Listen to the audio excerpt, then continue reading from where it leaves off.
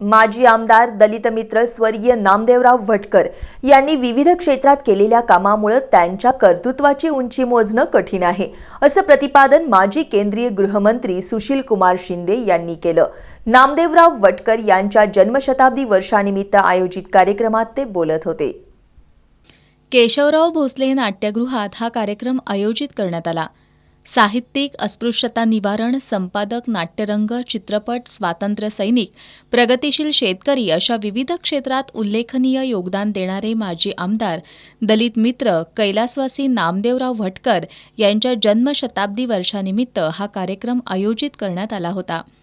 या कार्यक्रमाची सुरुवात मान्यवरांच्या हस्ते दीप प्रज्वलन आणि प्रतिमा पूजन करून करण्यात आली। कार्यक्रमाच्या अध्यक्षस्थानी माजी केंद्रीय गृहमंत्री सुशील कुमार शिंदे तर प्रमुख वक्ते म्हणून ज्येष्ठ साहित्यिक उत्तम कांबळे उपस्थित होते।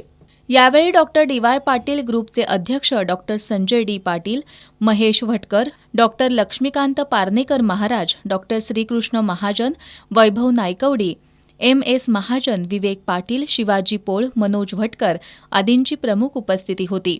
या प्रसंगी मान्यवरांच्या हस्ते नामदेवराव भटकर यांच्या आत्मचरित्रावर आधारित कथा माझ्या जन्माची या पुस्तकाच्या 3ऱ्या आवृत्तीचं प्रकाशन करण्यात आलं।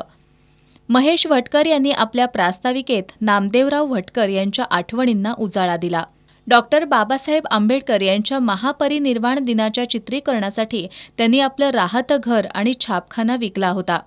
सध्या त्यांच्या अंत्ययात्रेची ती एकमेव फिल्म आहे याची आठवण त्यांनी यावेळी करून दिली।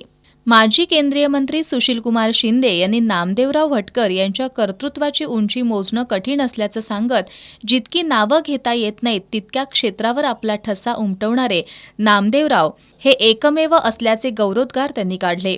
समाजात जगत असताना आलेल्या अनुभवातून आणि त्यांना बसलेल्या जातीच्या चटक्यातून अस्पृश्यता निवारणासाठी केलेलं काम उल्लेखनीय असल्याचं त्यांनी सांगितलं।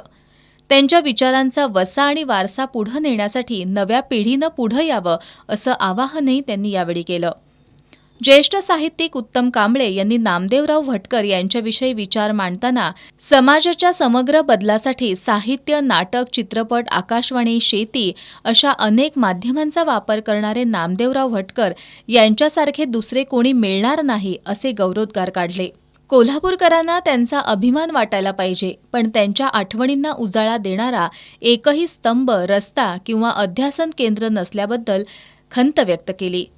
अस्पृश्यतेचे चटके सहन करत आलेल्या अनुभवातून त्यांनी समाजाला एक नवा चेहरा देण्यासाठी मोठं योगदान दिलं आहे। इतिहासाच्या पानावर सुवर्ण अक्षरांनी कोरलेलं हे नाव कधीही पुसलं जाणार नाही।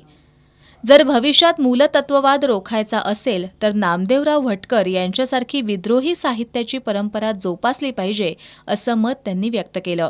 उपमहापौर भूपाल शेटे यांनी त्यांच्या आठवणींना उजाळा देत त्यांच्या कर्तृत्वाचा सन्मान करण्यासाठी महापालिकेकडून भव्य असं स्मारक उभारू असं सांगत त्यासाठी लागेल ती मदत देण्याचं आश्वासन आमदार सतेज पाटील यांनी दिलं असल्याची माहिती उपस्थितांना दिली।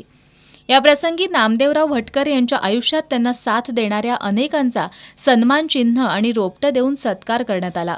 यामध्ये डॉक्टर संजय डी. पाटील यांच्या हस्ते निवृत्ती सावळकर आणि महानंदा शिंदे यांचा सत्कार करण्यात आला। या कार्यक्रमाला माजी राज्यपाल पद्मश्री डॉक्टर डी.वाय. पाटील यांना प्रमुख पाहुणे म्हणून आमंत्रित करण्यात आलं होतं।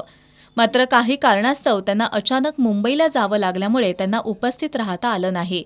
त्यामुळे त्यांनी SMS-द्वारे या कार्यक्रमाला शुभेच्छा दिल्या। हा SMS सर्व उपस्थितांना वाचून दाखवण्यात आला।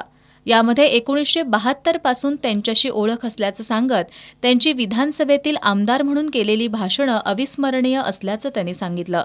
यावेळी निवृत्त पोलीस अधिकारी यशवंत भटकर, भटकर कुटुंबीय, त्यांचे हितचिंतक, मित्र परिवार, नागरिक मोठ्या संख्येनं उपस्थित होते।